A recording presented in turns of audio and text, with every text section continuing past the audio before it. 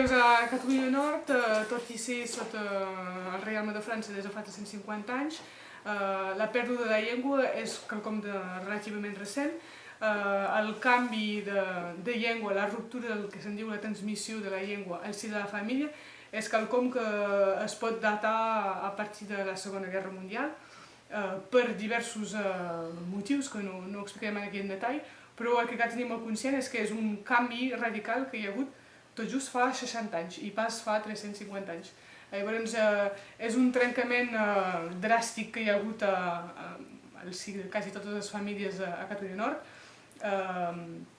que s'ha anat accentuant fins als anys actuals i que crec que pot capgirar-se i pot recuperar-se igual si de la família tenint en canvi molts factors, és a dir, les institucions, les escoles, no només la família, sinó que tot l'entorn que gira entorn de la família i de l'utilització de la llengua.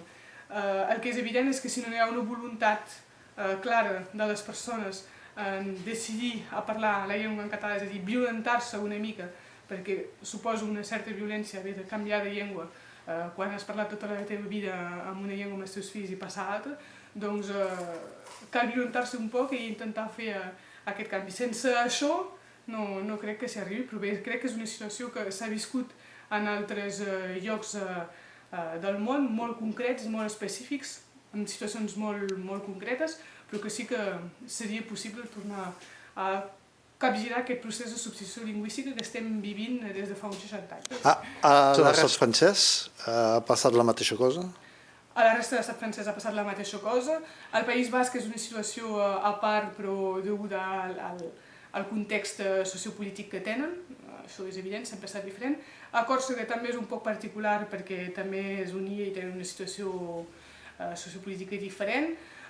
L'avantatge que tenim nosaltres en comparació amb occitans, alsacians, tots els altres pobles sota l'estat francès, és el fet de tenir un sud, però això com qualsevol altre aspecte, no només el lingüístic, que ens permet no perdre el prestigi de la llengua com, per exemple, l'han perdut els occitans.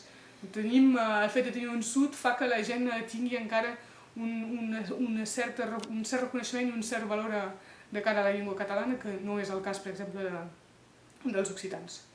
Doncs aquest prestigi, més potser un futur econòmic girat cap al sud, podrien ser els factors? Sí, però jo no crec que sigui el més important. Es té tendència a dir que serà l'aspecte econòmic que ens farà sortir del pas. Jo no triaria aquesta opció per tirar endavant les coses.